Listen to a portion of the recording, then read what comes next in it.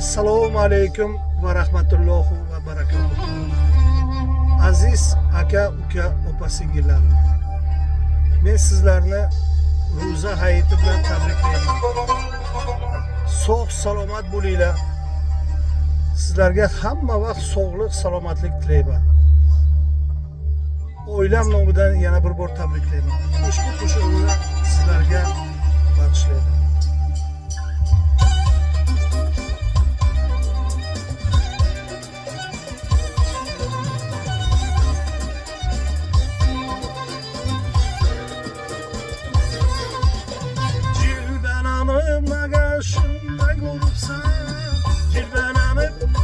Shunda görüpsem canım sana kurban ay seni koyulak, anam sana heyran ay seni koyulak. Hey, cilben hanım nagaşında görüpsem, cilben hanım nagaşında görüpsem, anam sana kurban ay seni koyulak, yarım sana kurban ay seni koyulak.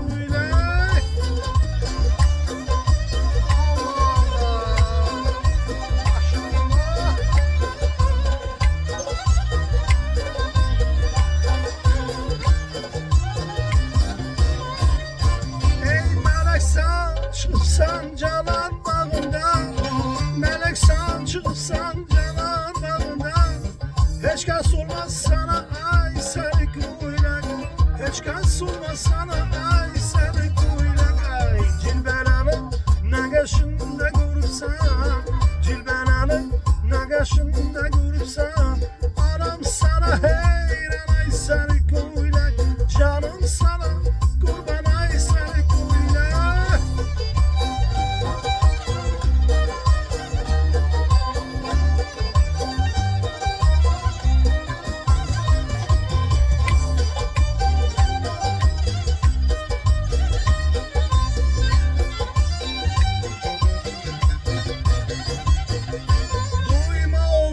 Düşmezsinden nazından, duyma olur düşmezsinden nazından, berekeyli kimin kuş avazından, berekeyli kimin kuş avazından. Ay cilbenanı nagaşında görürsem, cilbenanı nagaşında görürsem, anam sana heyran ay seni koyulak, canım sana kurban ay seni koyulak. Ay balam cilbenanı nagaşında görürsem, cilbenanı nagaşında görürsem, anam sana heyran ay seni koyulak, canım sana kurban ay seni koyulak.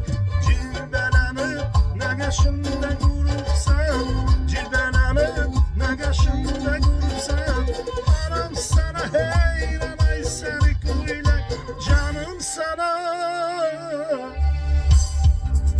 canım sana